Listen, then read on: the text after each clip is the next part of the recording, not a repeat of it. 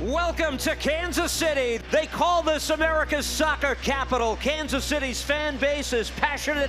It's the city that will host the World Cup next year. Let's reveal your official FIFA World Cup 26 host city poster. The design, titled Woven Together, was created by local Kansas City artist J.D. Arnett and is inspired by the tradition of soccer scarves, symbolizing the unity of Kansas and Missouri as one team, one city, and one unstoppable force on the world stage. My first introduction to the World Cup was in 1994. I was 7 years old. So obviously that World Cup was in the United States, so it was front and center with everyone. But up until that point, I really didn't have a good feel for the fact that soccer was a global game. To me, soccer was just something that I played rec on the weekends, and that was my world of soccer. But in 1994, all that changed. I remember learning about the different countries and their flags. I was really into their flags and just the different colors of different teams and the uniforms. So yeah, I think it was just a cool introduction for me as a kid to learn about different parts of the world and to learn that soccer really is a global game. Soccer was the major sport in my life through my childhood. And I remember the 1970 World Cup where Pelé was playing for Brazil. And at that time, he was like a superhero. The World Cup in 2010 was the reason that I got into soccer and eventually started a career in soccer. So the World Cup is huge for me, and I think for a lot of people that's their starting point with the sport. It's easier to talk about it now, looking back, you have a different perspective on things, but when you're going through it the first time, you're really just focused on trying to perform, and you're really trying to not think about the moment too much because obviously it is a big moment. One thing that really helped me was having Graham Zusi there. Graham and I were really close, and we had kind of gone through a lot of these similar experiences together as players, and so he was sort of my comfort zone in a lot of ways. I remember warming up before the first game in Brazil. We just ended up warming up next to each other, so in a lot of ways it just felt like a normal game. I know it wasn't, but we had gone through so many games together and we had practiced next to each other so many times, and that's just kind of what it felt like. I mean, me and him were just out there on a soccer field, and the rest was sort of in the background. It's one of the pinnacle moments of my career, and I just feel very fortunate to have that opportunity.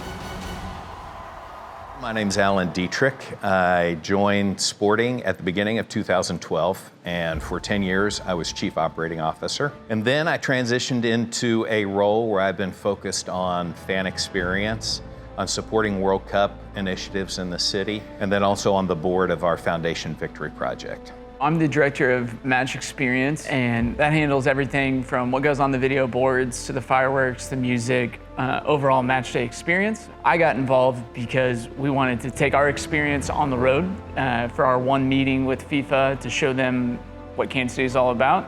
And also being from Kansas City, you kind of know what makes this city tick and what makes it really special.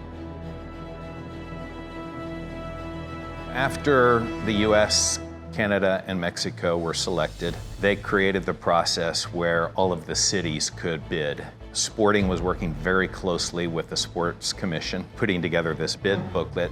We made it down to a smaller set of cities, and then in the fall of 21, FIFA came through and were doing site visits for those cities. That was a big deal when they were coming here. We had a whole committee of folks from the Chiefs, obviously the Sports Commission, Sporting, and other entities, and we were working on how we could kind of blow it out, how we could just create a great experience for them when they came here.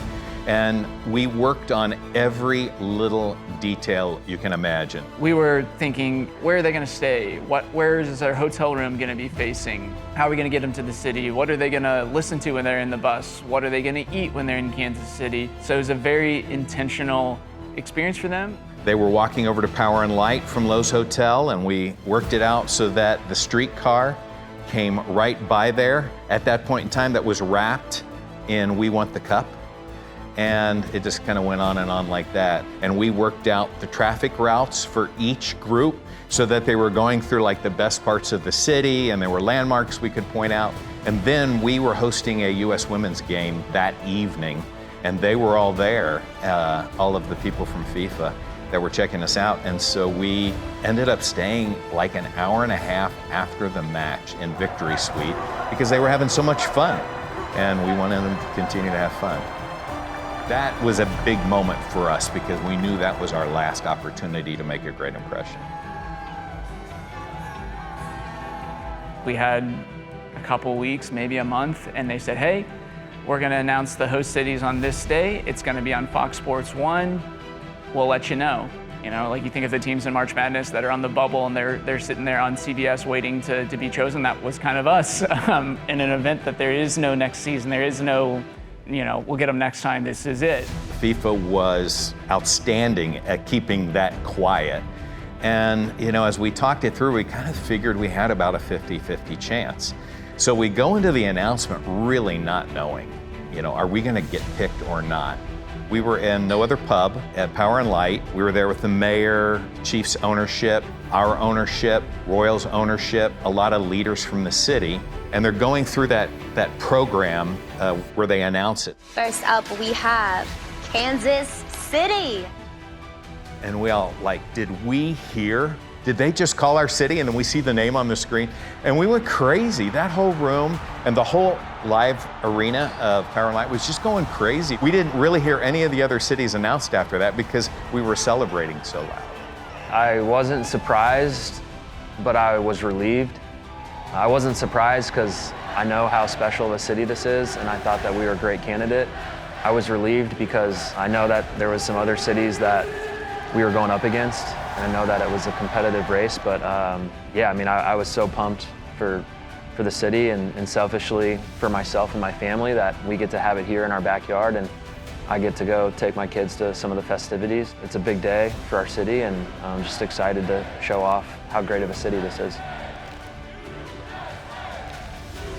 The main number one reason we got it, and I think FIFA kind of alluded to it, there was no city that had more passion for the World Cup. There's no city that wanted it more. There's no city that took more pride in getting it. And sometimes in life, you just want something way more than anybody else, and a city just rallies around something that nobody else really does. Like, this is a game changer for Kansas City, and the city put their hand up and said, let's go, let's do it, we want it. And our passion, our pride, our energy for the game is what separated us. At the end of the day, that's why we got it.